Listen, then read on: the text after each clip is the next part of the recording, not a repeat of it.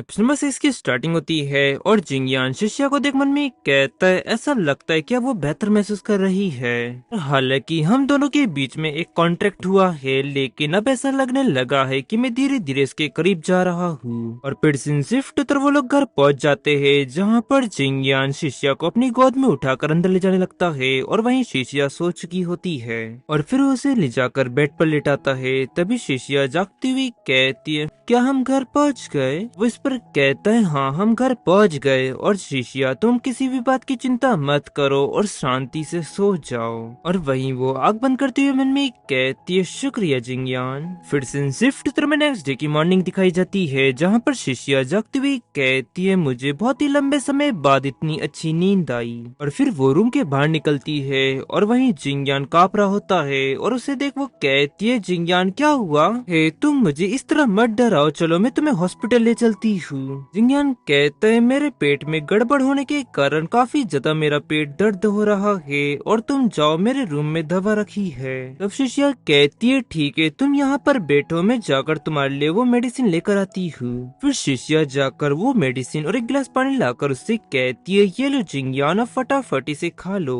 और फिर जिंगयान वो मेडिसिन लेकर उसकी ही गोद में लेट जाता है और ये देख वो कहती है, तुम ये क्या कर रहे हो? तो वो इस पर कहता है, मैं बस थोड़ी देर के लिए लेटना चाहता हूँ, इससे मैं जल्दी ही ठीक हो जाऊंगा। और ये देख वो ब्लश करते हुए मन में कहती है, ठीक है भूल जाओ कि ये सिर्फ एक कॉन्ट्रैक्ट है, मैं थोड़ी देर के लिए उसे अपने गोद में लेटने देती हूँ, वैसे भी वो बीमार है।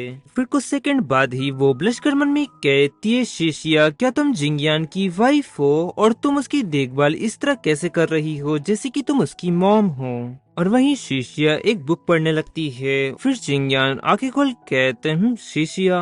तब वो उसे देखती हुई कहती है, जिंगयान अब तुम्हें कैसा महसूस हो रहा है?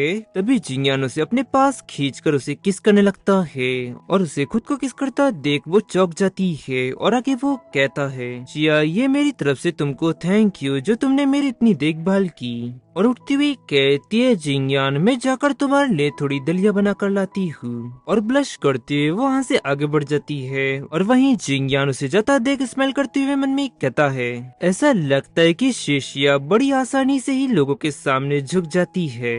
और वहीं दूसरी तरफ शिष्या दलिया बनाती हुई कहती है, जिंगयान कमजोरों को अच्छी तरह दबाना जानता है। और फिर वो लाकर उसे दलिया देती है और कहती है, जिंगयान अब क्योंकि तुम पहले से बेहतर महसूस कर रहे हो तो तुम खुद ही ये दलिया खा लो। तो वो इस पर कहता है, मेरे हाथों में अभी भी इतनी ताकत नहीं है कि मैं खुद खा सकूं, तो क्या तुम ये मुझे खिला सकती हो?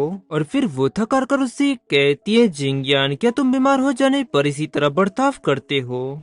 और आगे वो कहता है, और इसीलिए शिष्या आज तुम मुझे छोड़कर नहीं जा सकती, तुम्हें पूरे दिन भर मेरे साथ ही रहना होगा। आगे शिष्या कहती है, तुम्हें अपने पेट का ख्याल रखना चाहिए और आगे चल के तुम्हारे पेट में फिर से दर्द होने लगा तो क्या होगा?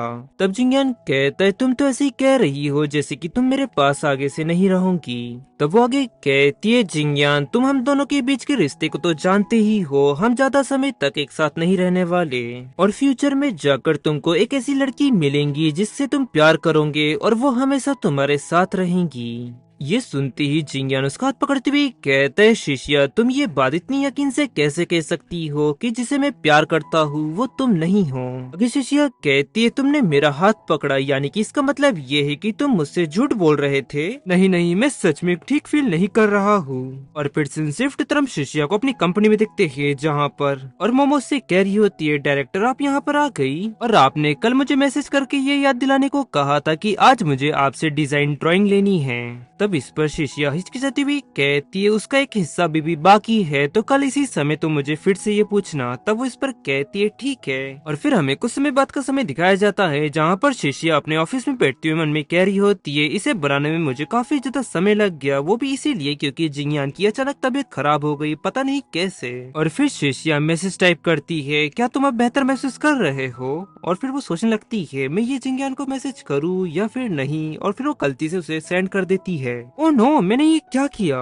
तभी उसके केबिन में एक एम्प्लॉय आते हुए कहता है, डायरेक्टर एक बैड न्यूज है, नीचे कुछ बदमाश लोगों का ग्रुप आ चुका है और वो तमाशा खड़ा कर रहे हैं। तब शिष्य कहती है आखिरकार वो लोग ये सब क्यों कर रहे हैं। वो व्यक्ति कहता है वो लोग ये कह रहे हैं कि फेशियल क्लींजर जो हमने लॉन्च किया है उसकी कीमत काफी ज्यादा है और वो प्रोडक्ट इतनी कीमत जस्टिफाई नहीं करता।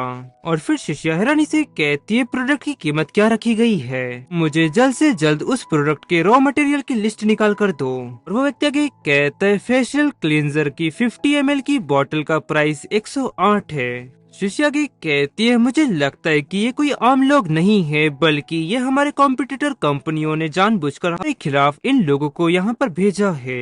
हालांकि इससे फर्क नहीं पड़ता कि वो आम लोग हैं या फिर उनको पैसे देकर यहाँ पर भेजा गया है, लेकिन हमें कुछ भी हो जाए इस प्रॉब्लम को सॉल्व करना ही पड़ेगा। और फिर शिष्या कंपनी के बाहर जाती है और वहाँ पर बहुत सारी भीड़ होती है, यहाँ तक कि रिपोर्टर भी आ चुके होते हैं। और फिर आगे शिष्या उन लोगों के बीच जाकर उनसे कहती है आप सभी लोग शांत हो जाइए, मेरा नाम शिष्या है और मैं शीरून कॉर्पोरेशन की डायरेक्टर हूँ। मैं यहाँ पर फेशियल क्लेंजर के बारे में एक्सप्लेनेशन देने के लिए आई हूँ। उनमें से एक व्यक्ति कहता है इसमें समझाने की क्या जरूरत है, तुम सभी लोग सिर्फ यहाँ पर बिजनेस चला रहे हो और सारे कंज्यूमर को लूट रहे हो। और दूसरा व्यक्ति कहता है एक डोमेस्टिक ब्रांड इतना महंगा कैसे हो सकता है, तुम सभी लोग बस प्रॉफिट निकालना चाहते हो और कुछ नहीं। शिष्या इस पर कहती है नहीं, हम बहुत ही ज्यादा मुनाफा नहीं कमा रहे हैं। मैं आप सभी को पूरी जिम्मेदारी से बताना चाहती हूँ कि हमारे प्रोडक्ट बिल्कुल भी महंगे नहीं हैं और ये प्रोडक्ट अपनी प्राइसिंग को जस्टिफाई करते हैं। और इसके अलावा डोमेस्टिक ब्रांड होने का ये मतलब बिल्कुल भी नहीं है कि प्रोडक्ट सस्ता होगा।